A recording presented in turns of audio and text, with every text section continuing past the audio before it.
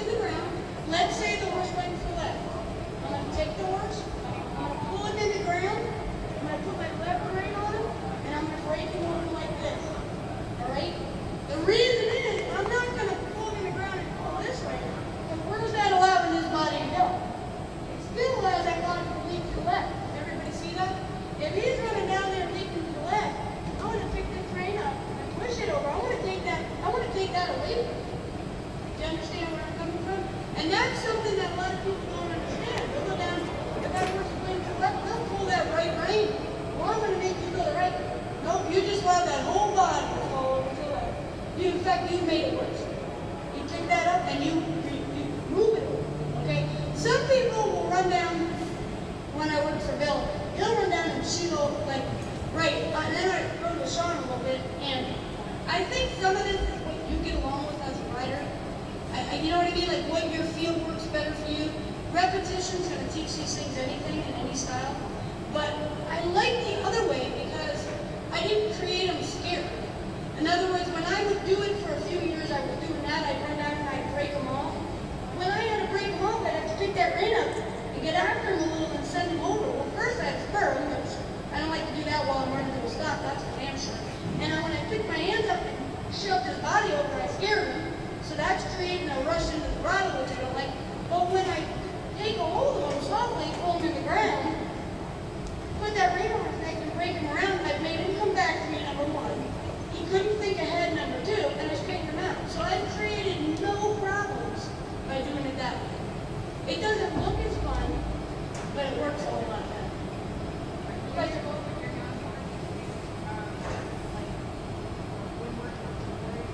yes.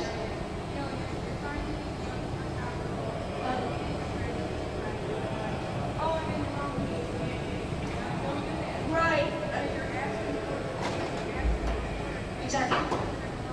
Does it? Exactly. That's a good question. Like if you're in the real fundamental stages about loping a horse or teaching somebody to lope, like if I'm teaching somebody that never rode before to lope, I don't care what they're doing. And I don't care when they're babies, because you're basically, if you're out on a track or in a field or whatever, they'll learn all that later. What's the difference? I mean, as long as you get the gait going, get the forward motion going, let them get the routes a little bit. If a horse tends to be on one lead more than the other, number one, I'll check out if there's a soundness issue. And number two, a good thing to do maybe is put them around and start working on your ground. You can never do too much groundwork with these things. If you don't feel like riding one day and you want to be with your horse, you don't have to ride it, but this is groundwork. I don't care how broke they are. They always need groundwork. They always need basic. So I might take one that is blowing a lead line, not wanting to pick up a lead porch, and I might put him in the round pen and just work on the round pen like that. But I find sometimes when these horses, like I like them raised out in the field. I like them like that, of course, more than in a stall. But a lot of times they'll get to running on one lead line. They'll actually physically develop their body more one side than the other. People don't understand that. It's just like us. Absolutely, their muscle memory and everything else, they're more developed. So people say, well, one side's more choppy than the other side. Well, probably that colt as a baby ran more on the one lead. That doesn't mean it's always going to be like that. If he's smooth on the one side, he's going to end up smooth on the other side. But you need to get to work. You need to get that thing in the round pen, and you need to start loping it a lot. You know, maybe when you do your sessions each day, you lope 2 times on one side and 1 side on it. You know, 2 times on his bad side and 1 side on his good side. You don't want to dive in and overdo it because it's going to get sore. But you want to slowly develop it. You should see a big change within 6 months to a year. And when I say 6 months to a year, I say 6 months to a year. Don't think you're going to get it in a week. And if you think you're going to go out there and you're going to train your horse and it's going to fix itself 1% a day, do you think that that sounds good? 1% a day? That means in 100 days your horse is perfect. No. Don't go for so much. Go for a little.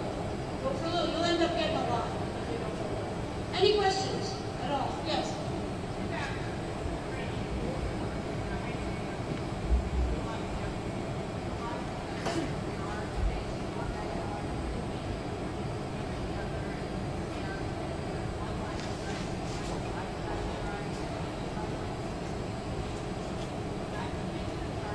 Yes, your question was with the older horses. You know, like a lot of you guys have very nice, well-bred, well-put-together older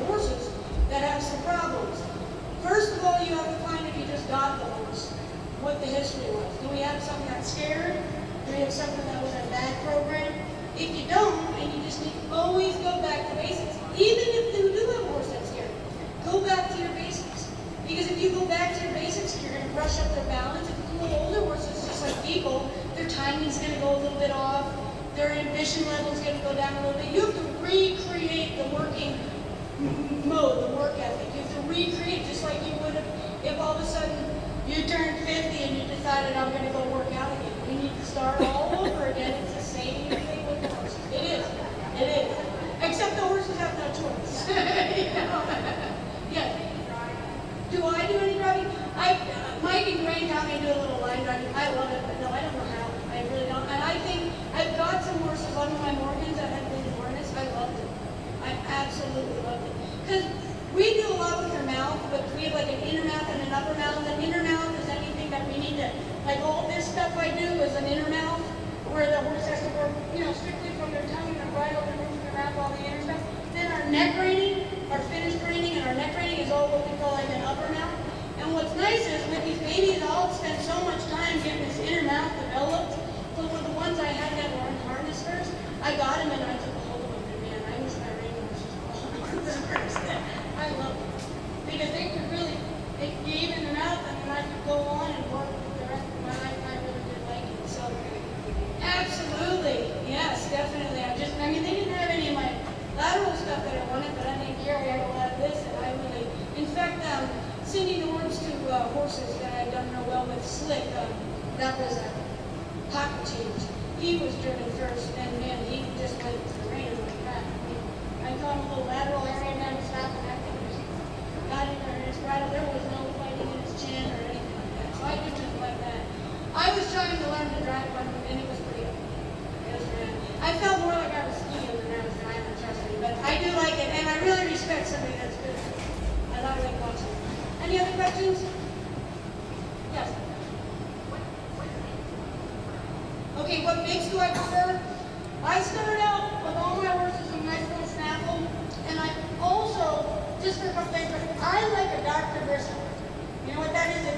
I don't like the snaffle that's just broke once. I like the Dr. Bristol that's broke twice, because in my mind, a snaffle bit's like a little vice.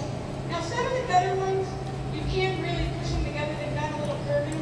But if you get your Dr. Bristol, you've got two brakes, and I'm never pinching a tongue. I'm never hurting that horse's bar with his mouth or anything else.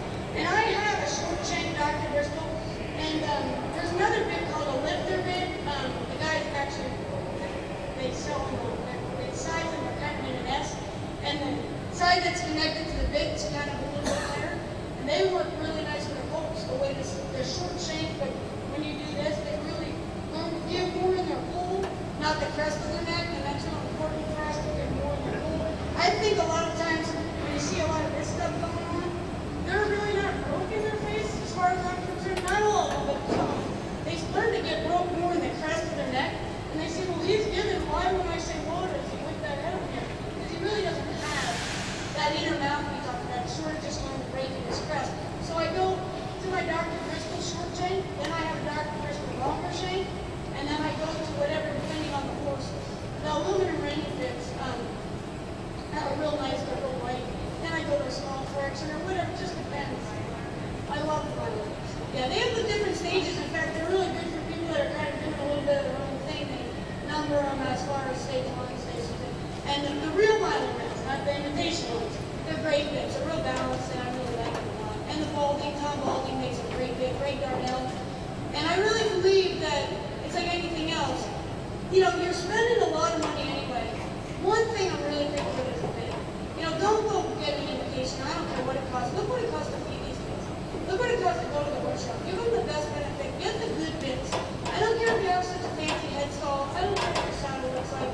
I don't care what your shirt looks like. Give your horse a good bit.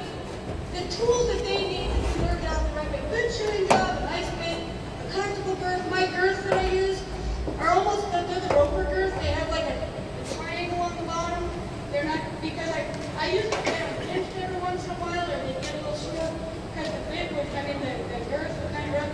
I find that these bits are kind of triangular on the bottom, the roper girth, they're fantastic. I have never, ever gotten one sore from those. I've been using them now for about 10 years, and they're great. Any other questions? Yes? I don't see any protective here on the back legs and that. When you're starting out, what should you use? Yes, that's another good question. I find, right? Her question was, I do not have stick boots on my horse. And yes, when you are teaching a horse, you should always have stick boots on your horses. A lot of the Morgans I have, I don't know why, but they end up, I think that's the way they're made. They get so much action in the back legs. They're made to kind of pick their feet up, and they get those stick boots on sometimes, and they get so busy on you. But if a horse, you should be very careful because they can burn themselves. Like this, I'm not worried about this kind of ground here, but if I get in something sandy or a little gravelly, I'll put their stick boots on. So that's a very good question, yes. And also the footings, what do you think? Okay, what do I prefer for footing, for sliding? I like a nice base, a nice clay base with some sand on the top. Depending on what part of the country you're in, down south or out here, you won't always have like up where we are at north, we need a clay base because we have more shale and stuff like that. So we'll have nice maybe 3 inches of clay and then another 3 inches of sand on top, and then we'll work that in. You want that horse to be comfortable. You want that horse to have something that he can be confident and learn to use himself on. You don't want anything bumpy or rocky, and you don't want anything that's going to stick. Anything sticky is going to pull his cycle and tops, and he's going to get sore. Yes. And shoes. What's that? The shoes? Shoes, we want sliding plates on the back feet. Different blacksmiths have different ideas. I like to have my toes kind of rounded up like you would think of a ski a little bit, and a little squared off in the front. And then different horses have different sliding plate width. They can come in a 3/4 inch, an inch and a half. I don't like to go too wide with my plate because when you get to run in circles, if you get too wide of a plate, they can slip out a lead. So you have to be very careful about that. Certain horses can handle, like the horse is not a big stopper, or if I have an older horse that tends to get sore in his hocks, I'll put a little bit more plate on him and roll that toe up a little bit more and make it a little easier for him. If I have a horse that's a huge stopper and just really breaking his back, I'll back off the side of my plate a little bit because like ground like this is slick, and if you have too much of the plate, they'll get in too quick and they'll get too slippery on a big stopper. And the other thing too, if I'm in a little bit of slick ground, a lot of times I'll let him leave a little bit more heel out back to give me a little bit more support on that slicker ground. So I'll leave a little bit more trailer, extension out the back of the shoe. But you want a nice flat plate, and when your blacksmith shoes your horse for reining, make sure that they take the nail heads off. Because not all blacksmiths shoe reining horses, and if they do it, that's fine, but make sure you tell them, because you don't know how many people come for lessons, and they'll be pulling and he won't step and I take their back feet up, and they just got them shot and they're all proud of their shoes, but they have big old nail heads sticking out, and that's like worrying and they're not going to be stopped. So you want to make sure your blacksmith takes the nail heads off. Okay? Okay, thank you. Done? Okay. Oh, one more. Okay. Right back. Yes. My finished training horses go out in the field a lot. They get turned out here. I ride them about 2 to 3 days a week. I do a lot of long trotting. I build them up for the horse show, and after the horse show, they get turned out a lot. They get trail rode. Because, you can do too much.